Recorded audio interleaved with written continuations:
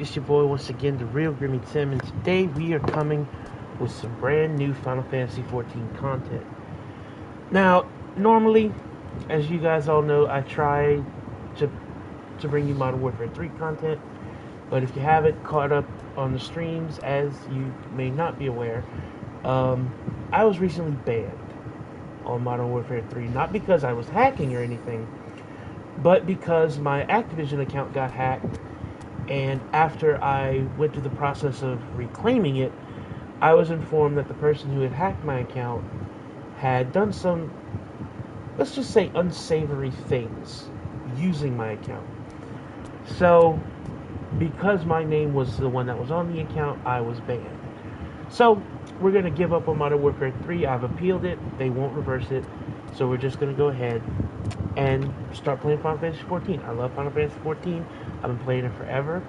I started back when it was, before it was A Realm Reborn. Back when it was really, really bad. But I love this game, so we're going to start delivering some Final Fantasy content. Now today we're going to be checking out the brand new job that came out with the Dawntrail expansion, the Viper. I just unlocked it.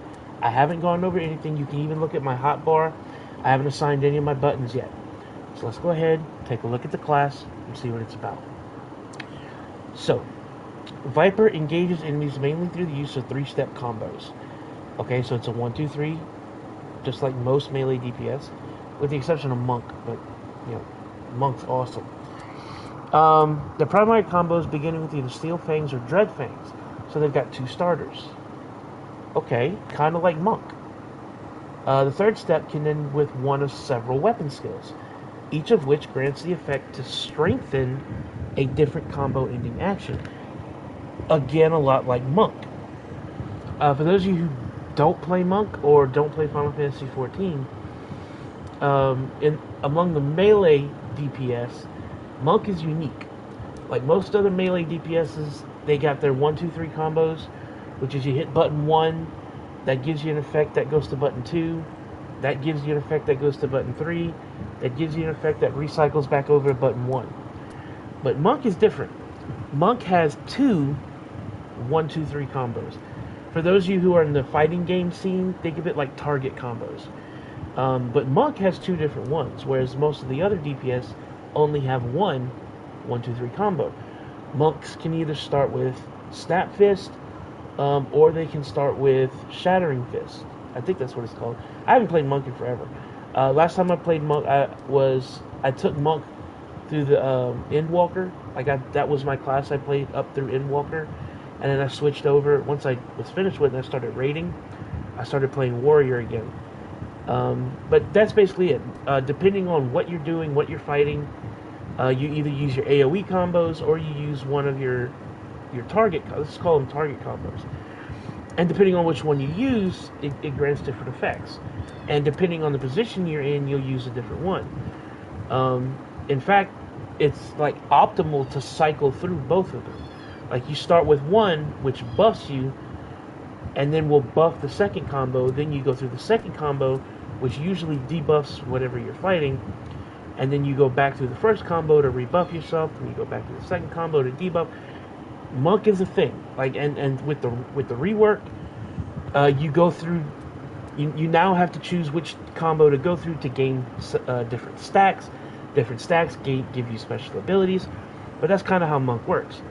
And it's looking like this guy's going to work the same way. Because let's reread it again. You use 3-step combos, primary beginning with either Steel Fangs or Dread Fangs. So it has 2 starters, and the third step ends with one of several weapon skills, which means you got different options to end it, each of which grants certain effects to a different combo ending action.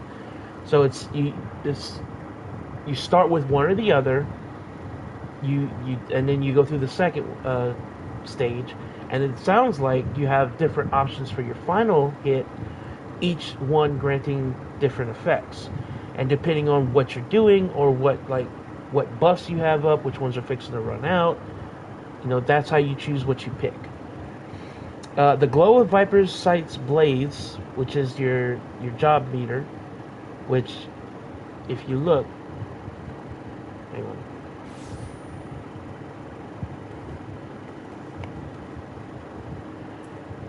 which if you look, this is the job meter right here. The glow of the Viper Sight blades corresponds with the outlining of hotbar icons to indicate the next step in a combo. Follow these indicators will help ensure the use of combos that finish with a strengthened attack.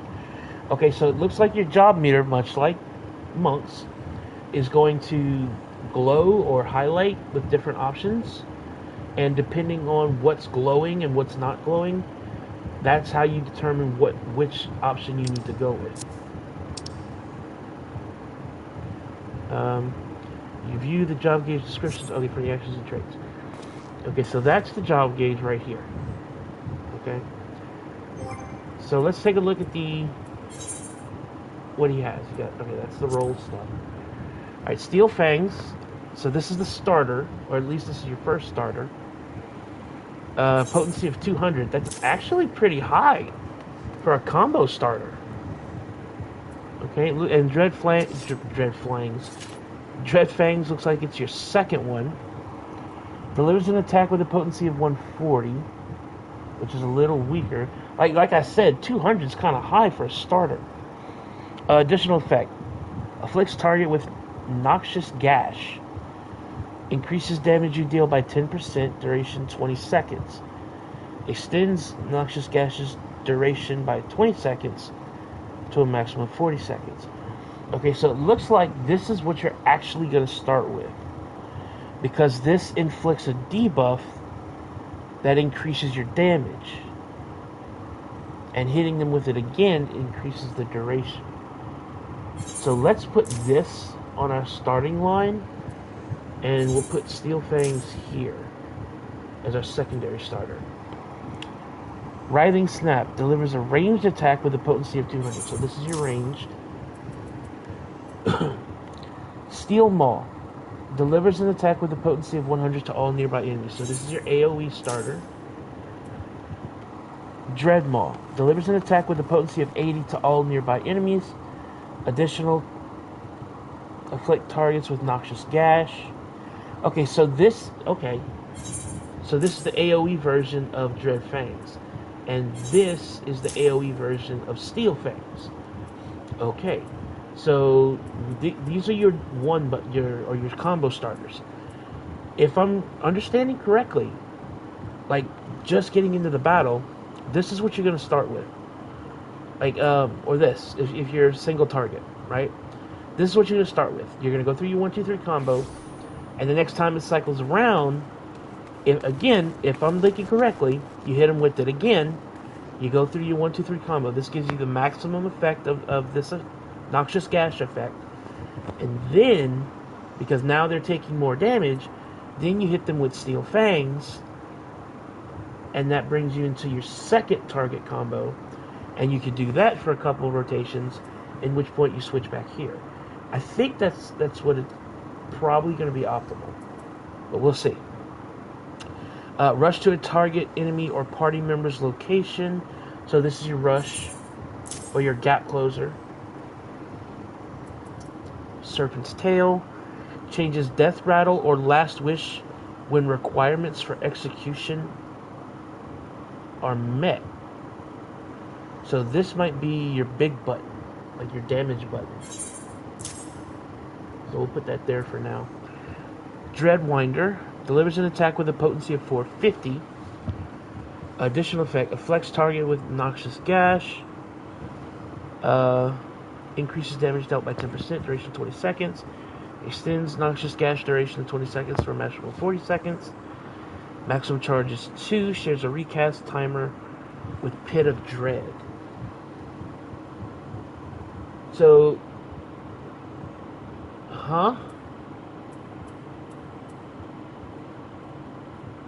So so this is the single target version. This is the AoE version. And it looks like this just reapplies the debuff. This is not a combo move. This just reapplies the debuff. Okay. So we'll put this here and this here. Because again, I think this is just to reapply the debuff. Okay, Hunter's Coil. Delivers an attack with a potency of 500. 550 when oh my god, he's got directionals. Oh, I thought they learned their lesson, but no, we still have directionals. Alright, so 550 when executed from the target's flank. Okay. Additional effect grants Hunter's Instinct. Increases damage dealt by 10% for 40 seconds. Additional effect grants Hunter's Venom. Increases the potency of Twin Fang Bite, which I don't think we've hit yet, by 50 for a duration of 30 seconds. Upon successfully landing this action, Twin Fang changes to Twin Fang Bite, and Twin Blood changes to Twin Blood Bite. These can be executed a total of two times, followed by Hunter's Coil. Okay? Can only be executed after landing Dreadwinder or Swiftskin's Coil.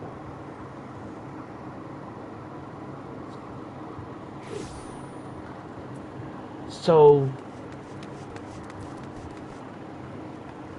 this is a potency. Okay, so this is a combo with this. So it goes Dreadwinder into Hunter's Coil.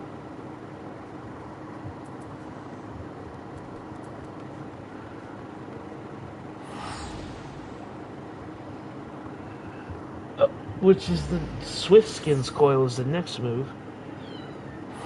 Okay, this may not be a combo character, because I'm not seeing any combo moves.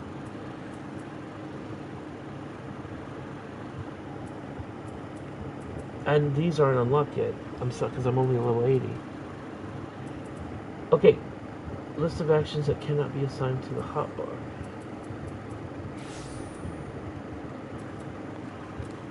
Oh my god.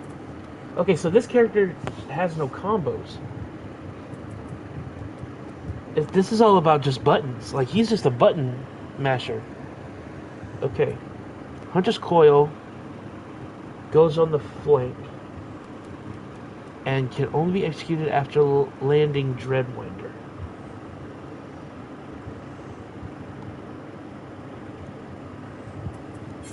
Alright, we're gonna put this here, and we're gonna move Dreadwinder here, because that looks like that's the combo. And this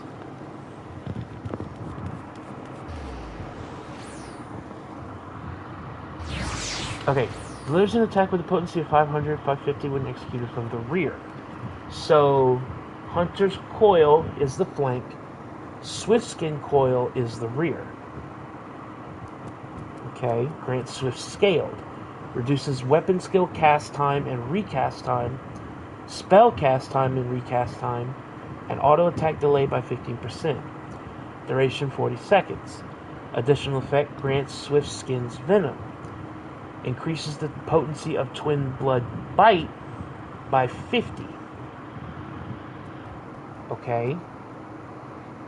Upon landing this, Twin Fang changes to Twin Fang Bite, and Twin Blood changes to Twin Blood Bite. These actions can be executed a total of 2 times following Swiftskin's Coil. Can only be executed after landing Dreadwinder or Hunter's Coil. Does not share a recast timer. Okay. So let's do this actually. Hang on. We're going to change some stuff.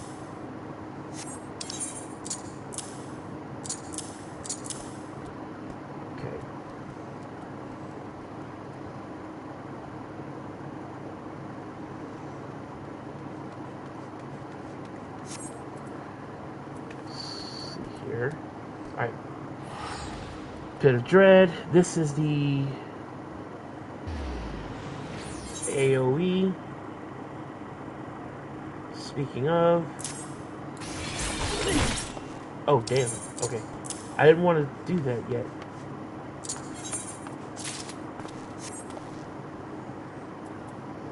Swiftskin's Den.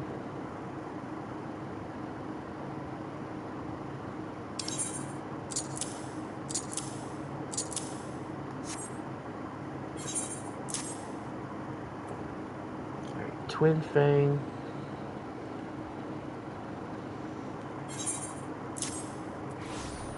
Twin Blood.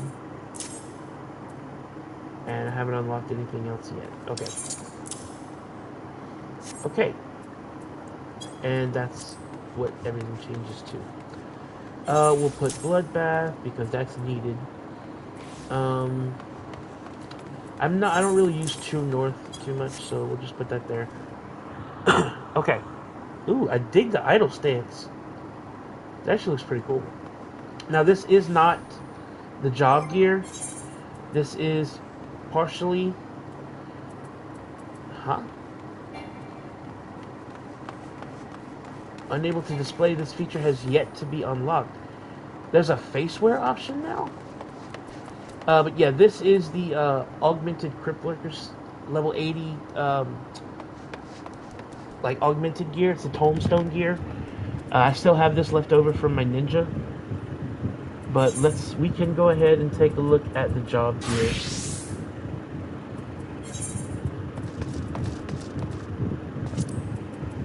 And where's the head? Now you can't really see the head. But this is the job gear. To be honest, not the biggest fan of it. Kind of looks kind of mundane. But,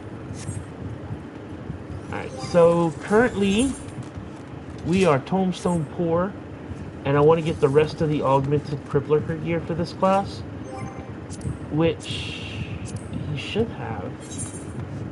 Hang on. Augmented Crypt Lurker is...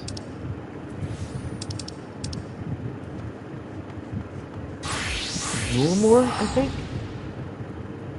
It's not the Chrysarium. Yeah, Yulemore. Okay. Whew, it's been a while since I played this expansion. Okay. Right now I'm just checking if there's Tombstone gear or Tombstone weapons for this class. Sage, Astro, Scholar, Conjure, Pictomancer. That's what PCT, that's Pictomancer. That's the other new job. Definitely going to try to check that one out as well. This is the Viper gear.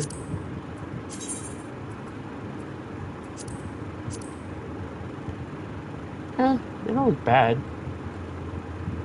They look pretty cool, actually. I like that. Okay, so what we're going to do right now, first I'm going to... No, I don't want to do that. We're going to teleport to my SC house, and we're going to try to learn some of these combos.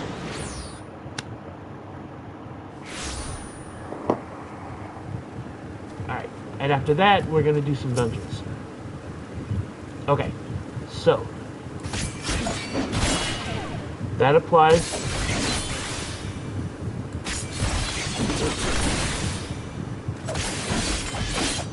Hindsbane Venom.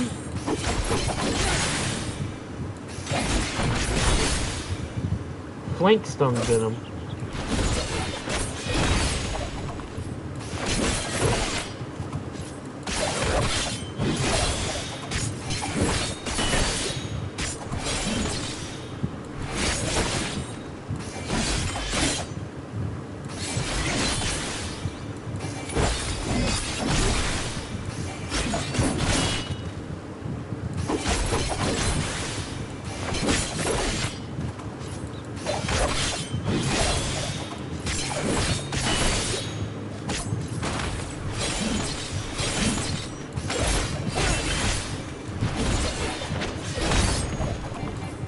Okay.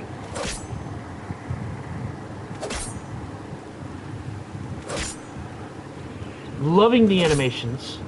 I love the fact that you combine the blades. That looks so good. And then you take them apart. That skill... Okay, so this skill you take them apart. These weapon skills you take them apart. And in that skill you recombine them.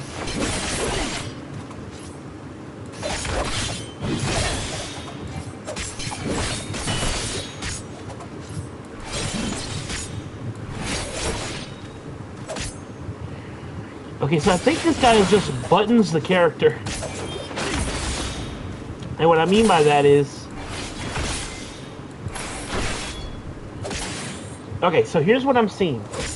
You go through one of your basic combos, which depending on what you press, you'll get different buffs, and then you consume those buffs to execute special actions.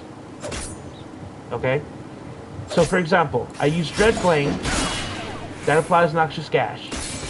Then I use Hunter Sting, which gives me a separate buff. Then I use Dread Fangs again, and it becomes Flanksbane Fang, which turns this into Death Rattle, which does increase damage. Okay, and then that's just a range attack, does nothing. But if you into Swift Skin Sting, into Hindsbane Fang.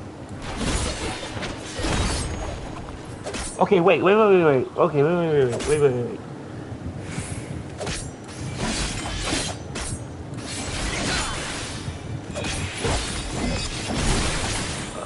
Oh, okay. Okay, so I'm seeing this wrong.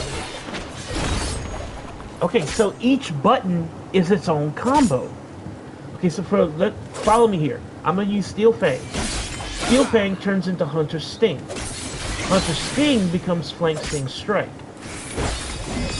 Flank Sting Strike does big damage and goes back to Steel Fang. Now say I want to do the other one, Dread Fang.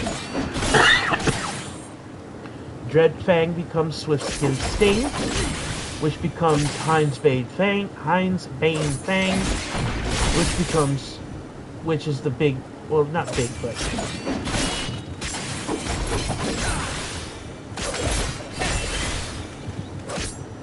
okay, but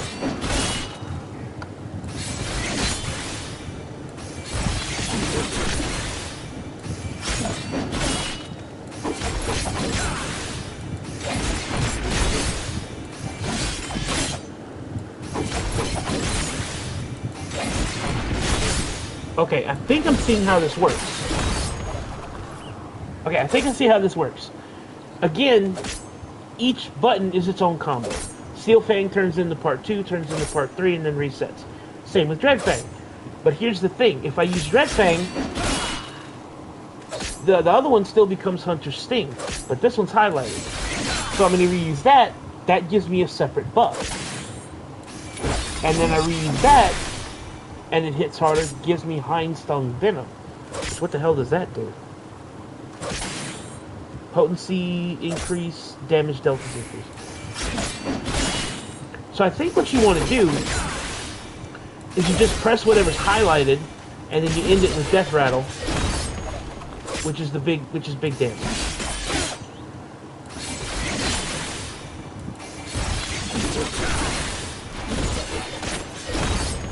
Yeah, I think that's how this works.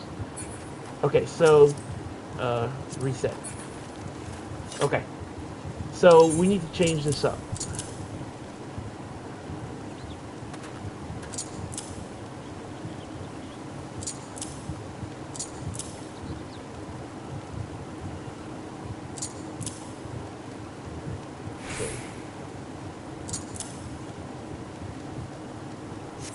Okay, I think it's the same for this as well. The AoE combo.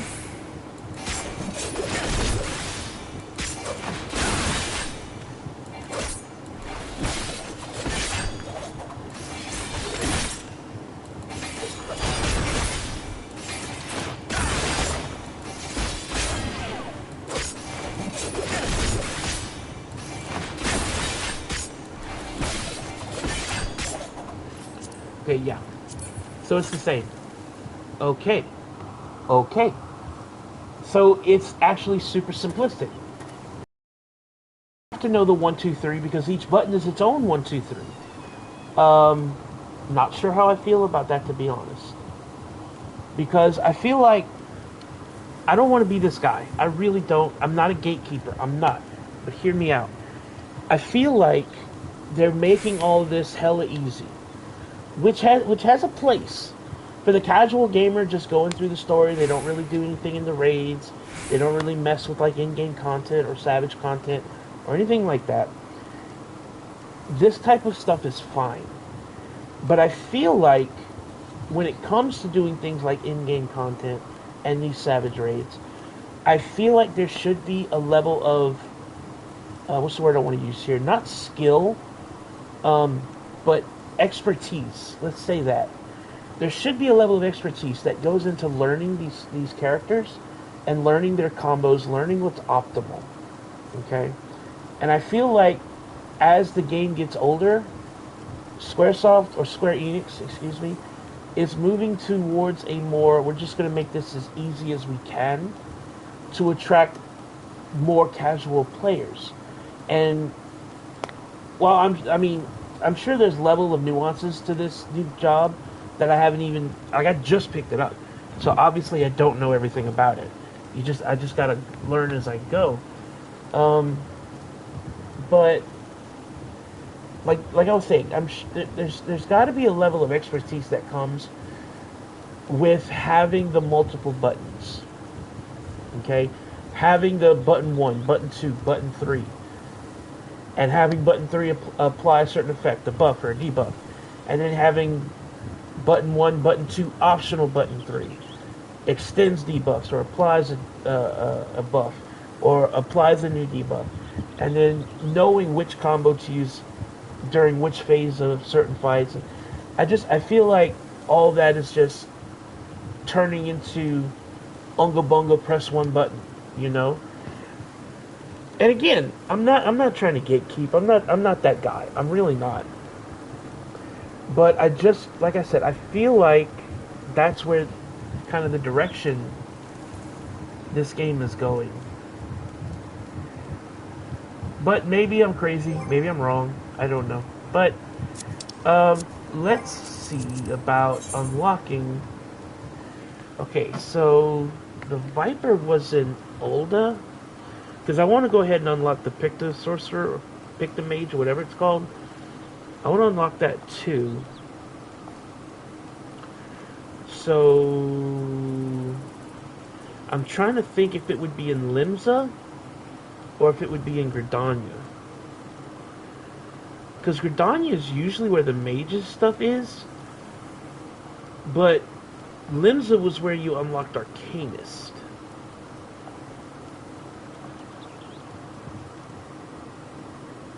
Huh.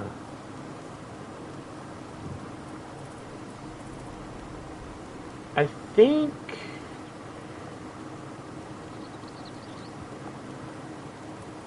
let's try Gridania first, because Picta Mage, let's call it the fucking Picta Mage, is supposed to be a support job. It's not a healer. It is DPS, but from what I heard, it's supposed to be like, it's supposed to do a little bit of both. It's supposed to do a little bit of healing. It's supposed to do a lot of buffing. Except they don't have a res.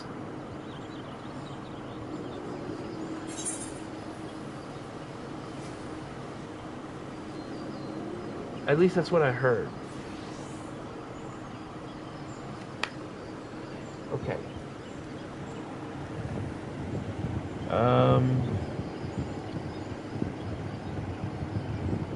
Alright, let's look in old Gridania.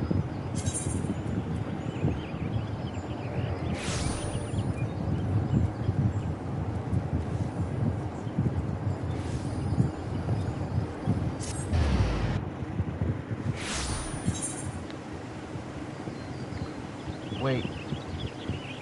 The Joy of Pictomancy. Okay, so it is here. Called it right. Because I'm a beast. Oh, by the way, Square Enix, did you know that almost every single other MMO, sprinting is just a button? It's not a freaking cooldown? Can we please just have sprint as a button? Is that like too much to ask?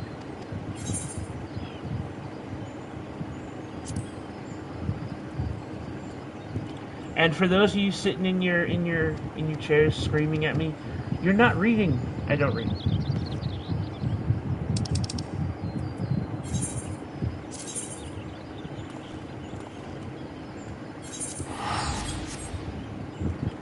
Especially when it comes to like for the main story stuff, I'll sit there, I'll watch. Back during A Realm Reborn, and so understand this. When I say A Realm Reborn, I mean the first part of the story, before Heaven's Ward. I'm not talking about the remastering, if you will, of 1.0. I'm just talking in general.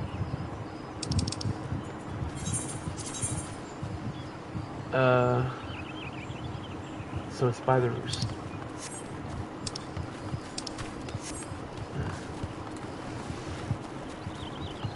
Okay. But yeah. And I used to be heavy into the lore. Like, especially when it came to like the raids and stuff. Like learning all about Bahamut being trapped in Balamud, and learning about Nail and all this other stuff. I used to read all the lore, but nowadays it's just I don't know. I feel like the expansion. Don't get me wrong, the gameplay in the expansions is absolutely amazing. Okay, but I don't know. I feel like, was that a Vera that just jumped over my head? But yeah, I feel like the lore has just gotten a little bit lazy.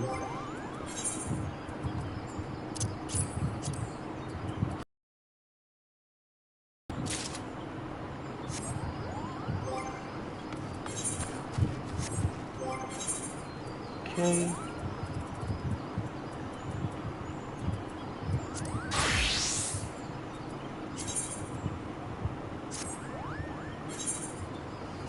No, I keep forgetting I gotta add. Okay. It's literally a paintbrush palette. Okay. And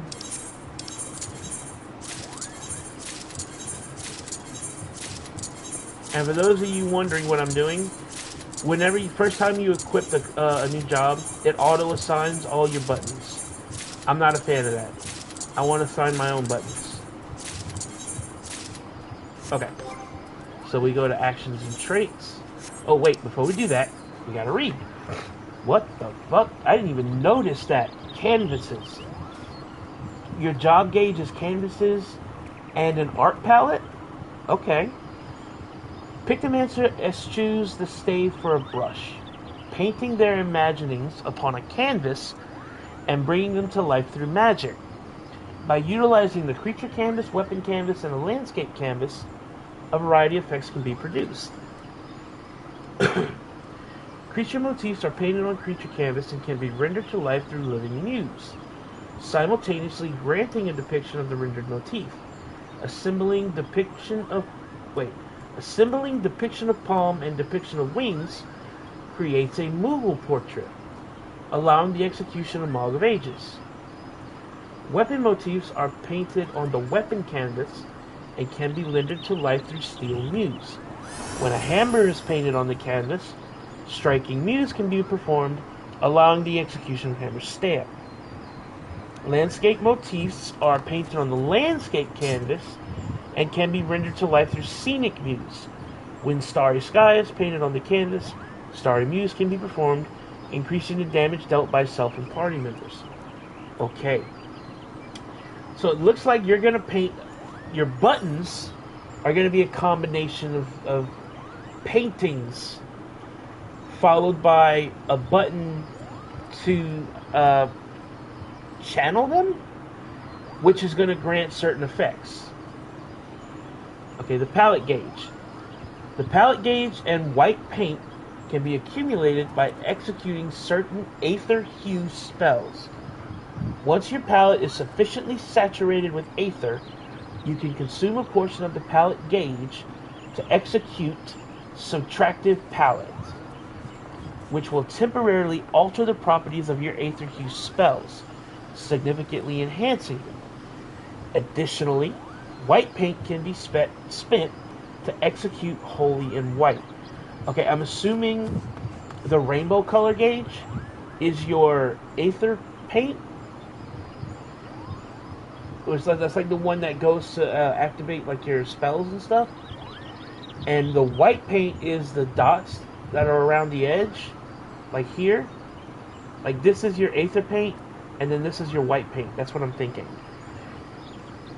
And the white paint is used to execute Holy in White. Okay, let's look at the actions. List of bacon actions. Wait. That's new. Okay. Fire and Red. Deers fire. Son of a bitch. Deals fire damage with a potency of 340. That is not bad. Grants Aether Hue's duration 30 seconds. Okay. Button 1. Tempera Cost. Oh, Tempera Coat. Creates a barrier surrounding self that absorbs damage totaling to 20% of maximum HP. Lasts for 20 seconds. Reduces the recast timer by 60 seconds when barrier is completely absorbed. So it's a 2-minute cooldown. This is a barrier spell that has a 2-minute cooldown. Damn. Smudge. Quickly dash 15 yalms forward. Cannot be executed while bound. So that's your gap closer. Fire 2 in red. Deals fire damage with a potency to 100 to target. And so this is your AoE. Creature Motif. Paints a creature motif. This action changes when placed on the hotbar in the order of palm motif and wing motif. Wait. Creature motif becomes palm motif and wing motif when executed in succession. So you use this twice. Cast immediately when used outside of battle. This action does not share a recast timer with any other actions. Upon execution, the recast timer of this action will be applied to all other weapon skills. Okay. So this is one of your motif buttons. Living Muse. Render your depiction of a creature to life.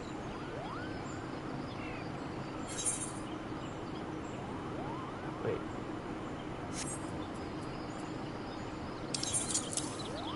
Wait, no, I want to put this here. So this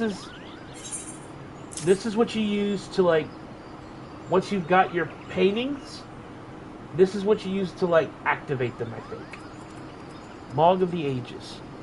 Render your Moogle portrait to life, dealing unexpected damage to all enemies in a straight line, with a potency for 1100 and 60% less for everything but the first enemy. Can only be executed when Moogle portrait is active. Put that there. Weapon motif. Paints a weapon motif. This action changes to hammer motif when placed on the hotbar. Okay. Render your depiction of a weapon to life. This action changes to striking muse based on your current motif. This can only be executed in combat and when weapon motif is depicted on the weapon canvas. Okay, so painting your canvas activates these buttons.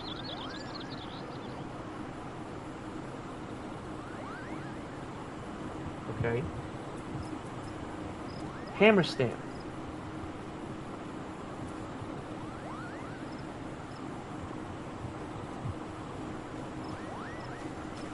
Wait.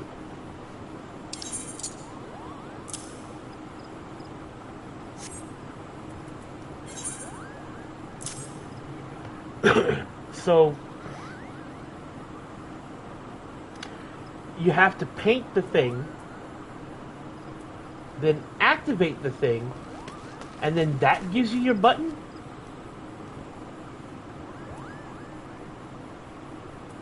Wait. Okay, deals unexpected damage as a critical direct hit with a potency of 480 for the first and 60 for all remaining enemies.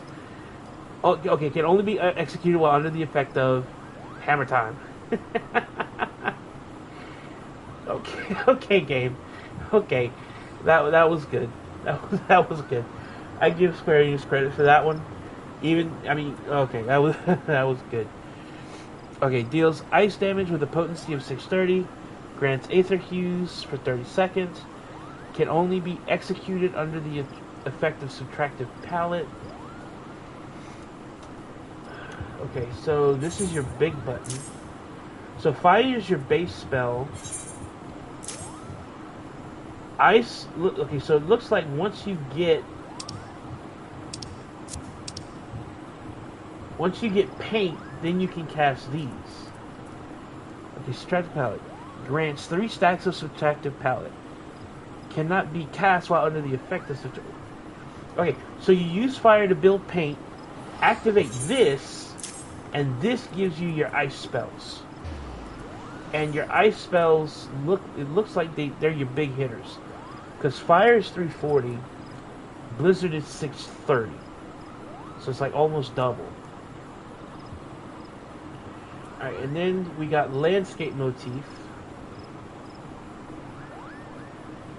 Actually, let's put this here, which means I need to move my steel muse.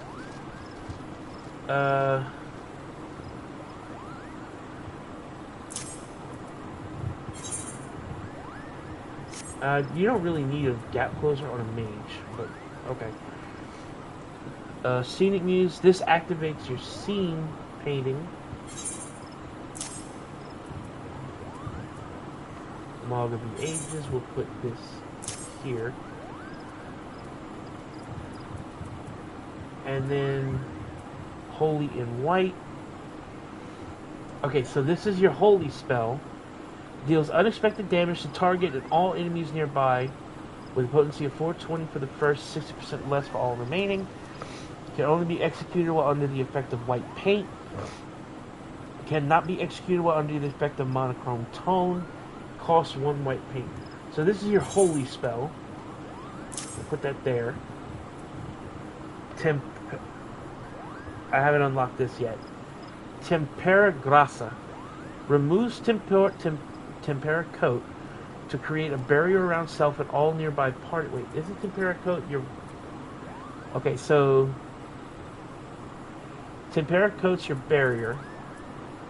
Tempera Grassa removes that barrier and shares it with the party for 10 seconds.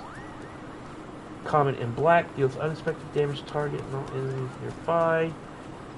780 for the first enemy, that's not bad. But Hammer Stamp is, not Hammer Stamp, Mog of the Ages is 1100. So, can only be executed while under the effect of black paint and monochrome tones. Deals unexpected damage to all enemies in a straight line. Potency 1000. 85% less. Grants white paint. When Rainbow Bright is active, Rainbow Drip can be cast immediately, and its recast timer is reduced. So it's got a recast of 5 seconds, and it grants you white paint. Cast of 3 seconds.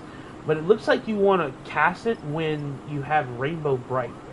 No idea what that is. Star Prism. This is your big button. Unexpected damage with a potency of 1400 for first, 16% less for all remaining. Restores HP of all party members within 30 yalms of the target. So this heals your tank and your DPS, or your melee DPS, with a cure potency of 400, so it's a cure 1. Can only be executed while under the effect of Starstruck.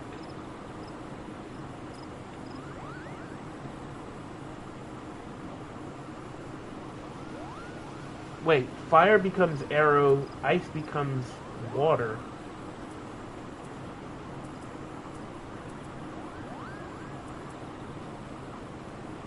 What becomes stone?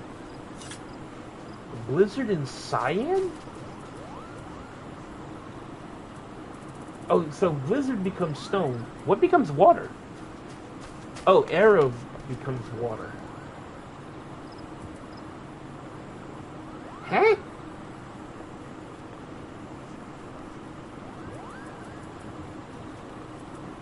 Thunder?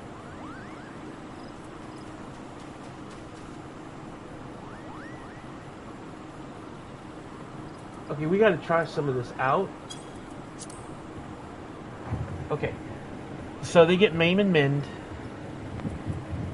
Pictomancy, which is, this just increases potency. Okay, so you gain paint when you use water.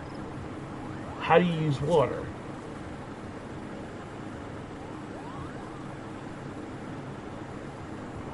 And you gain white paint when you use water, thunder, and thunder.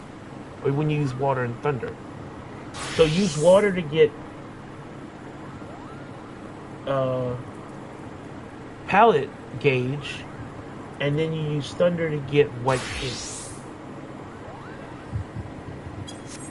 Okay, we gotta go try some of these buttons.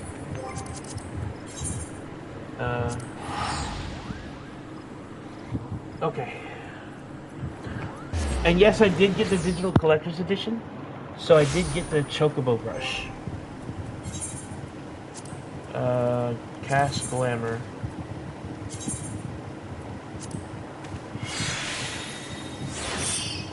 Okay, that's cool. That's pretty cool. Wait, does it have a noise? It does! Oh my god. Okay, that's cool. Okay. Didn't mean to do that. Okay. So, let's try some of these buttons. First things first.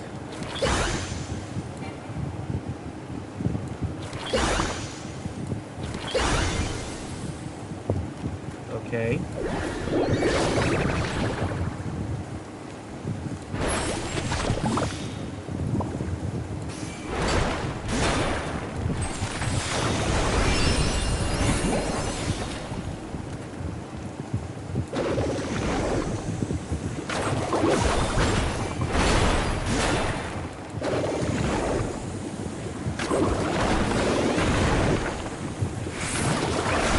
Okay, we got white paint.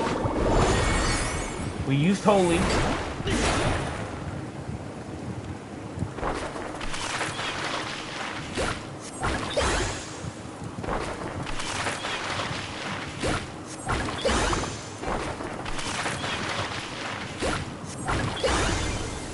Okay. Okay. Fire changes to water. Or changes to arrow, changes to water. Okay.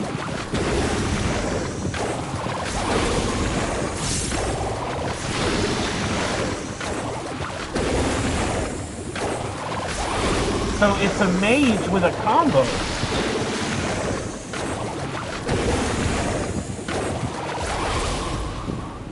Okay, we got Ace of Keys 2, able to cast blue and magenta magic. Okay, so we have buttons. Subtractive Palette grants 3 stacks of Subtractive Palette. That's the Holy button. That's Starry Muse, which I can't use, it's not ready. Striking Muse.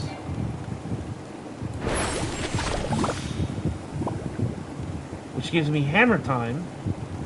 So now I can use the hammer spell, which is just big bonk. Okay.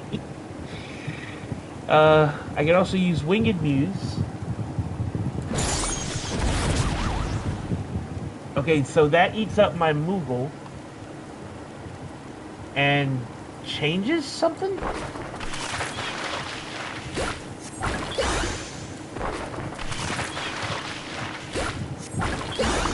Okay, now I can use Mog of the Ages. Okay, so eating up both the...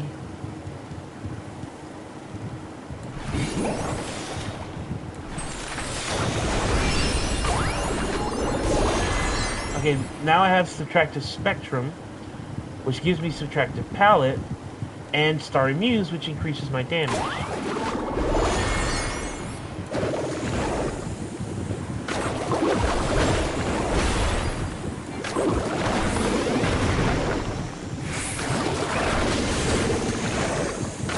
Okay, so Subtractive Palette lets me use my ice.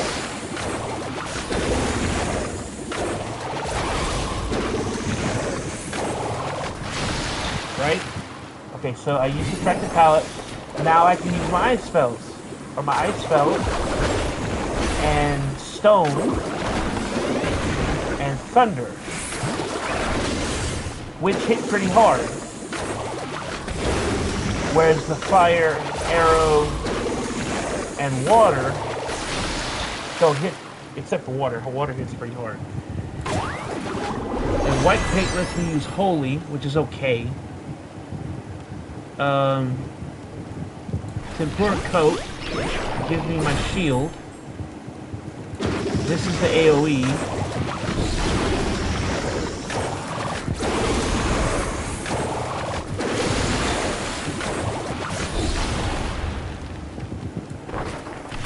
Paint my starry sky.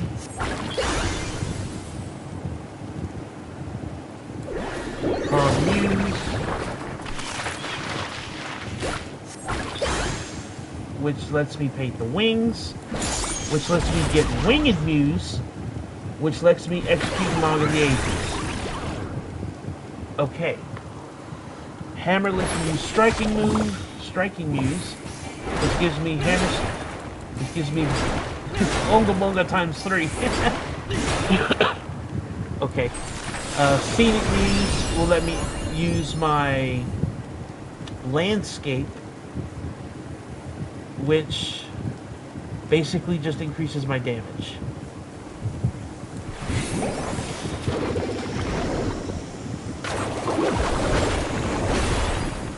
I'm still not sure how I use my gauge, though. How do I use my gauge?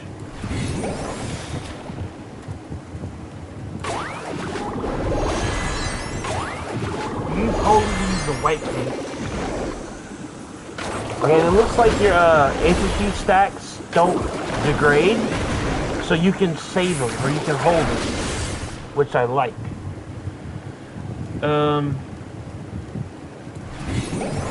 Okay, so Subtractive Palette uses your paint. Okay.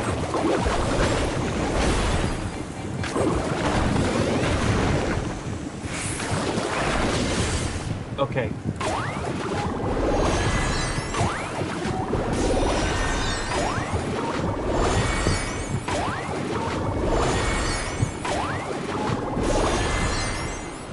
Okay. Okay. And I'm sure, like, as you level up, you learn different skills or spells that lets you use your gauge in different ways. I'm sure that's the case. Okay. Oh my god. Don't look at that. When did I put that on? Okay, so I want to put Lucid Dream. Well, actually, we'll put that here.